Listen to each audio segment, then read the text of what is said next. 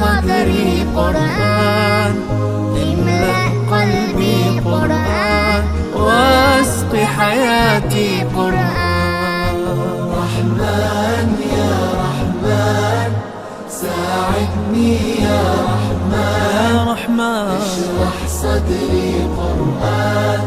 بسم الله الرحمن الرحيم. Assalamu alaykum ve rahmetullahi ve berekatuhu. Dünya Türkmenleri Birlik Vakfı tarafından Afganistan'da bugün su tevzilerimiz devam ediyor. Tanker su tevzilerimiz.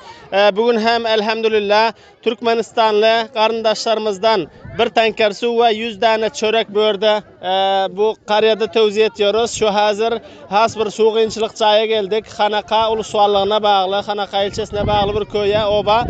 Böğürde has bir su qiyinchilikda yaşıyorlar. Onun için hem biz hem Molla bilen gepleştik. Molla bilen gepleşip böğrünün kovlarını toplaptırlar. Böğre şu Türkmenistanlı kardeşlerimiz tarafından Dünya Türkmenleri Birlik Vakfı olup şöyle geldik. Su tevzimiz inşallah devam ediyor. Hazır hem su alıp tuğlar oba yaşayıcılar böğürden her bir hocalıklardan çağalar geldiler.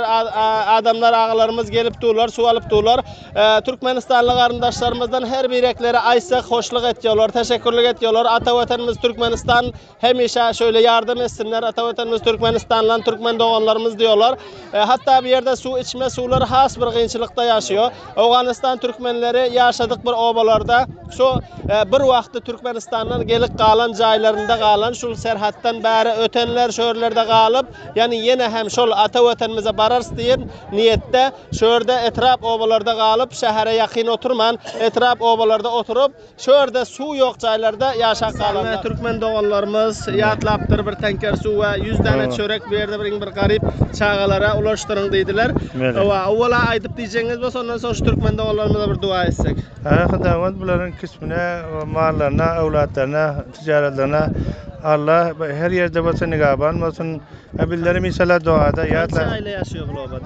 Bu obada inşallah bir 400 famil, 500 famil var takriben olsun yani. Ama şimdi Pakistan'dan muhacir bol qomlarına gelip otu. Kaç hazır geliyor şu hazır? Şu vaktinde bir 50 famil, 60 famil. 60 aile geliyor famil yani. Geldim kançalara yine de Onların ne kemçilikleri var? Onların kemçilikleri serpena o şu iyice işe o su müşkilat var. Eğer bir serpena edindiğinde şuna su yok bile kalan.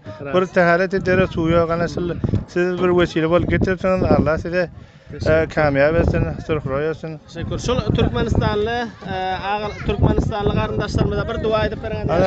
Xudaya onu kerim sonun mallarına, evlatlarına afet semavilerden, afetten sakın. Allahümme Rabbena atena fid dünya hasene ve fil ve qina azabena bi rahmetika.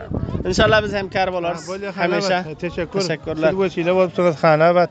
Bir cihan teşekkür minnettar bilir Xanabat. Sıqadi buralar için geldiniz. Xanada bat bildirşe. Sağ olun minnettar.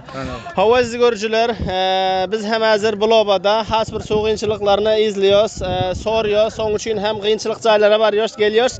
Hayırseverlerimiz tarafından Dünya Türkmenler Birlik Vakfı Afganistan'da Türkmenistanlı kardeşlerimizden Allah razı olsun. Sağ olun, var olun. Afganistan'dan selamlar, saygılar. Esselamu aleyküm ve rahmetullahi ve berekatuhu.